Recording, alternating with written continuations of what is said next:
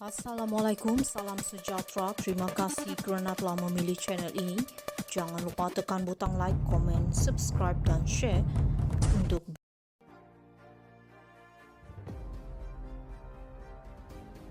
Mahkamah tolak permohonan Najib, Muhammad Irwan DNAA kes pecah amanah harta kerajaan. Kuala Lumpur, Mahkamah Tinggi hari ini menolak permohonan Dato' Sri Najib Razak dan bekas Ketua Setiausaha Perbendaharaan Tan Sri Muhammad Irwan Srigar Abdullah supaya dilepas tanpa dibebaskan DNAA daripada tuduhan pecah amanah terhadap harta kerajaan berjumlah RM6.6 bilion. Hakim Dato' Muhammad Jamil Hussein menolak permohonan DNAA itu dan memberi masa hampir 4 bulan kepada pendakwaan untuk menyerahkan dokumen lengkap kepada pembelaan dan menangguhkan prosiding perbicaraan yang sepatutnya bermula hari ini kepada 14 November. Hakim itu berkata semua dokumen belum diserahkan kepada pembelaan bagi membolehkan mereka menyerahkan pernyataan pembelaan kepada pendakwaan sebelum perbicaraan bermula yang sepatutnya berlangsung hari ini. Beliau turut mengingatkan semua pihak untuk bersedia ketika kes diteruskan pada tarikh berkenaan kerana mahkamah tidak akan memberikan sebarang penangguhan lagi. 3 bulan adalah mencukupi untuk pendakwaan menyerahkan dokumen kepada pembelaan. Sila ambil maklum ini adalah tarikh akhir perbicaraan, tiada lagi penangguhan, katanya.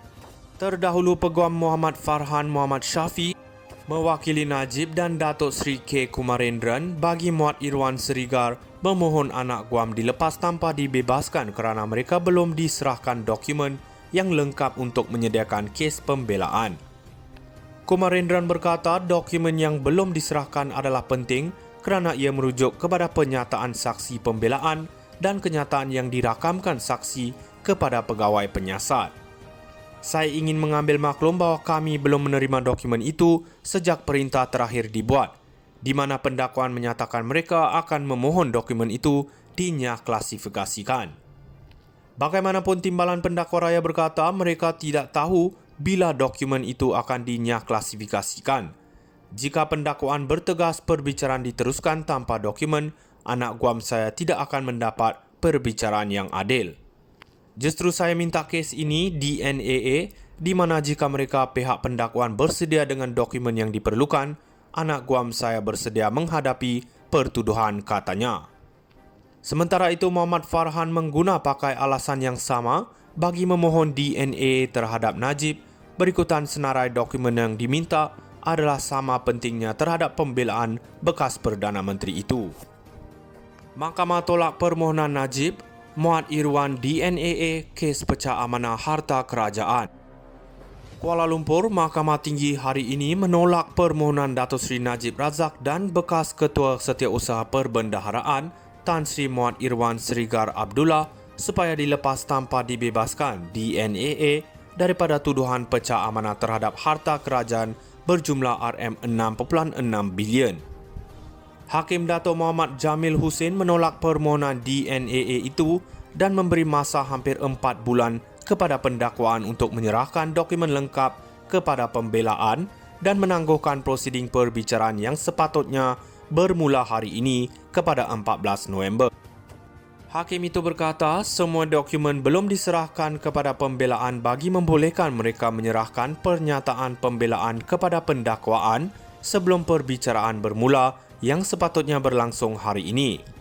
Beliau turut mengingatkan semua pihak untuk bersedia ketika kes diteruskan pada tarikh berkenaan kerana mahkamah tidak akan memberikan sebarang penangguhan lagi. 3 bulan adalah mencukupi untuk pendakwaan menyerahkan dokumen kepada pembelaan.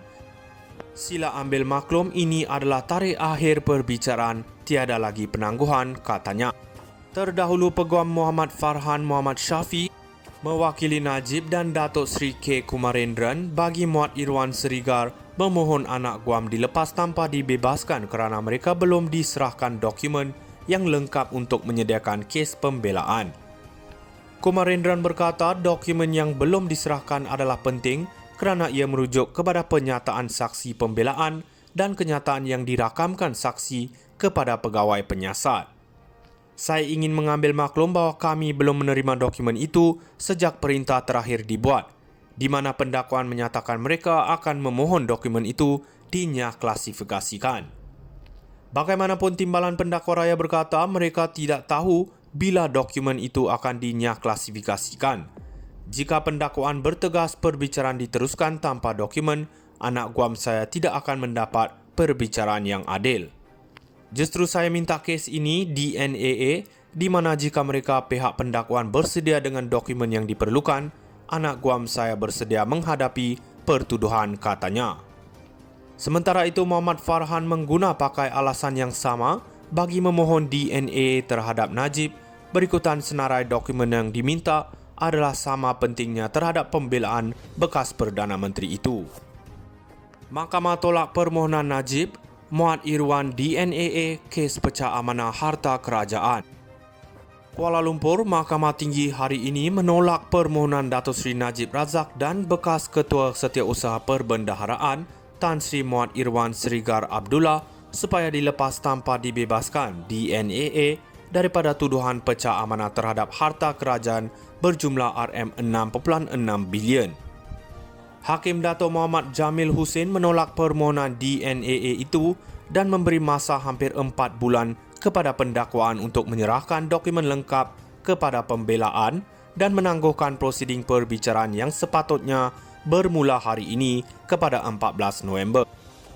Hakim itu berkata semua dokumen belum diserahkan kepada pembelaan bagi membolehkan mereka menyerahkan pernyataan pembelaan kepada pendakwaan sebelum perbicaraan bermula yang sepatutnya berlangsung hari ini. Beliau turut mengingatkan semua pihak untuk bersedia ketika kes diteruskan pada tarikh berkenaan kerana mahkamah tidak akan memberikan sebarang penangguhan lagi. 3 bulan adalah mencukupi untuk pendakwaan menyerahkan dokumen kepada pembelaan.